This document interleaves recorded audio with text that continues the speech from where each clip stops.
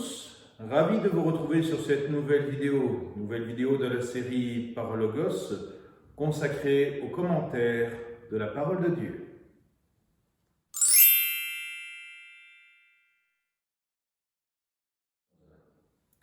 Dans cette lecture, Dieu se présente comme étant un berger, et pas n'importe quel berger, un berger plein de tendresse et de compassion qui promet finalement le soulagement de ses brebis dans les difficultés.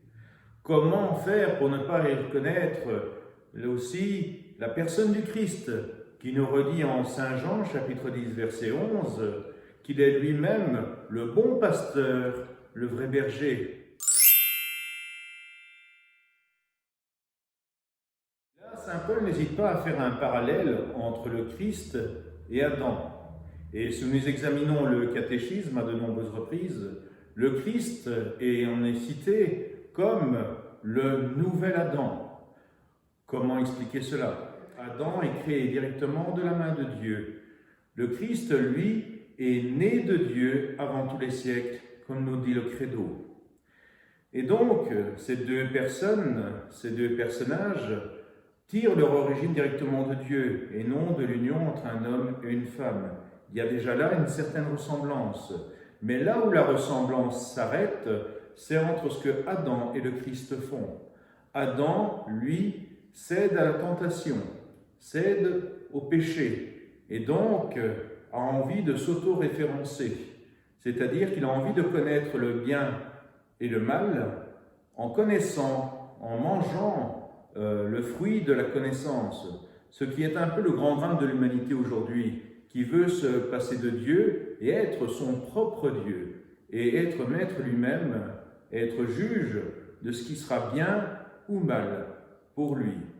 À côté de ça, le Christ adopte une attitude filiale, de dépendance et d'obéissance à son Père. Là où Adam a chuté, le Christ, lui, va réussir. En effet, dans les déserts, il est vainqueur des tentations, et même à l'heure de la croix, il est encore le grand vainqueur, même si cette victoire ressemble à un échec. Il y a également le thème du retour du Christ, qui est évoqué dans cette deuxième lecture. Le Christ en gloire, qui est un Christ victorieux de tous ses ennemis, les principautés, les dominations. On entend par là aussi l'antique ennemi et tous ceux qui ont suivi son opinion, qui ont choisi de le suivre en reniant Dieu. En effet, le tentateur qui avait remporté une bataille lors de la Genèse, au Jardin d'Éden, va être définitivement vaincu. Et le dernier ennemi qui sera vaincu, c'est bien sûr la mort. La mort, la fin de la mort, c'est finalement rétablir toute l'humanité, toute la communauté humaine, sans distance, en pleine communion les uns avec les autres, pour un bonheur et une paix éternelle.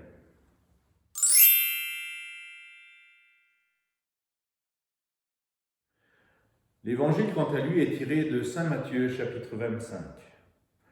Le Christ nous montre encore une fois l'image du jugement dernier, ce jugement où tout sera connu absolument sur tout et sur chacun.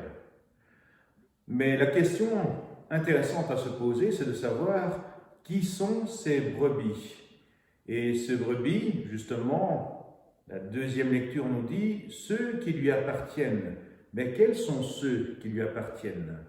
Eh bien, quand on regarde cet évangile, c'est ceux qui ont fait preuve de tendresse et de compassion envers les autres.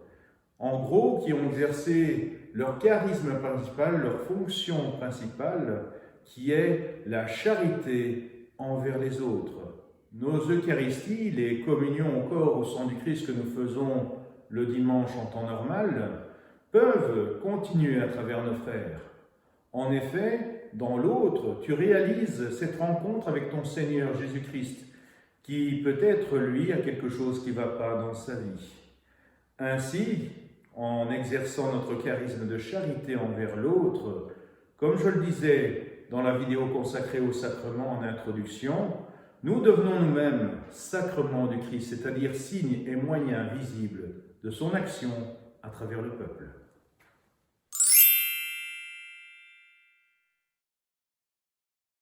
Alors, comment vivre cet évangile cette semaine? Nous pouvons commencer à nous poser la question de savoir quelles sont nos obligations, quels sont nos devoirs, et savoir où moi je suis bon pasteur pour les autres, envers nos enfants, envers ceux que l'on dirige au sein de notre travail, envers les catéchumènes, envers les enfants à qui nous donnons le catéchisme. Et nous pouvons nous poser la question de savoir si nous avons vraiment été un bon pasteur fidèle à l'image de notre Seigneur Jésus-Christ, en faisant preuve, en exerçant ce charisme de charité. Nous pouvons également vivre cet évangile en faisant une introspection un peu plus profonde sur nous-mêmes et nous poser la question de savoir si nous ne sommes pas aussi ces malades, ces prisonniers, ces pauvres dont parle le Seigneur Jésus. Et si je repère des choses qui me font mal dans ma vie, je peux tout simplement prier le Seigneur, je peux tout simplement me recommander à la prière des frères pour demander une prière de guérison intérieure. Je peux également voir un prêtre aussi pour qu'il me donne le sacrement des malades et pourquoi pas qu'il m'écoute en confession pour soulager ce fardeau que je porte en moi. N'oublions pas également au niveau de la mise en pratique que nous devons vivre comme le Christ nous l'a montré. Nous ne sommes pas des électrons libres et nous ne devons pas imiter Adam au Jardin d'Éden qui prétend être sa propre référence. Nous sommes chrétiens, nous avons reçu ce baptême, nous marchons à la suite du Christ et nous devons mettre en pratique son enseignement. C'est lui notre référence. Parce que si on reste enfermé sur soi-même avec notre propre vision, forcément notre action et notre point de vue sera limité. Tandis que si nous regardons à la lumière d'un autre, et le Christ qui est le vrai, le bon pasteur, qui est Dieu, né de Dieu, qui est parfait, une lumière nouvelle viendra sur notre humanité, et ça nous aidera à grandir en vérité.